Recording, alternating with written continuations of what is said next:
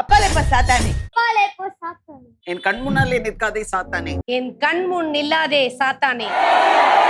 வீட்டுல ஏதாவது பையன் வந்து டார்ச்சர் பண்ண சொல்லிருக்கீங்களா? டேய் எடை போடா அப்படின்னு. நான் நிறைய சொல்லியிருக்கேன். நிறைய சொல்லிருக்கீங்க. ஆமா. அப்ப அப்ப நான் ஏதாவது வேலை செய்யும் போது ஏதாவது முக்கியமா பண்ணி இருக்கும்போது என் பொண்ணு வருவா, அவ்வளவுதான் முடிஞ்சு. அவ்வளவுதான். போடி அப்பல சாத்தானே. ஏதோ ஒரு தீங்கான விஷயத்த கண்ட்ரோல் பண்றதுக்கு இல்ல அதை வந்து அதுல இருந்து டைவர்ட் ஆவறதுக்கு ஏதாச்சும் பண்ணுவீங்களா?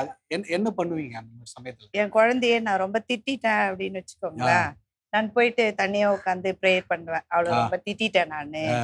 அதுக்காக நான் வந்து ரொம்ப எனக்கு அமைதி கொடுங்க, ம். என்ன கோவத்துல இருந்து என்ன விடுதலை கொடுங்க அப்படின்னு அப்படின்னு சொல்லிட்டு prayer நான் பண்ணுவீங்க. ஆமா ப்ரேயர் பண்ணுவேன். சூப்பர்.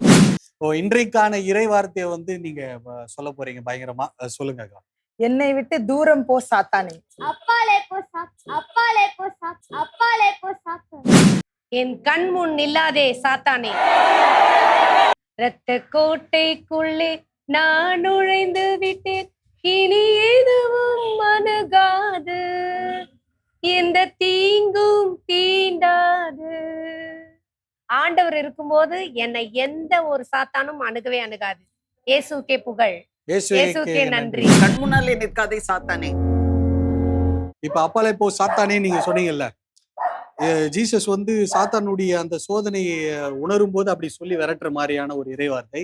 நீங்க எந்தெந்த மாதிரி சூழ்நிலைகளுக்கெல்லாம் நீங்க உங்களை பார்த்து சொல்லிக்கணும், இல்ல நீங்க எப்பெல்லாம் இது உங்க லைஃப்ல சொல்லி இருக்கிறீங்களா? ஆமா, பல சோதனைகள் வரும்.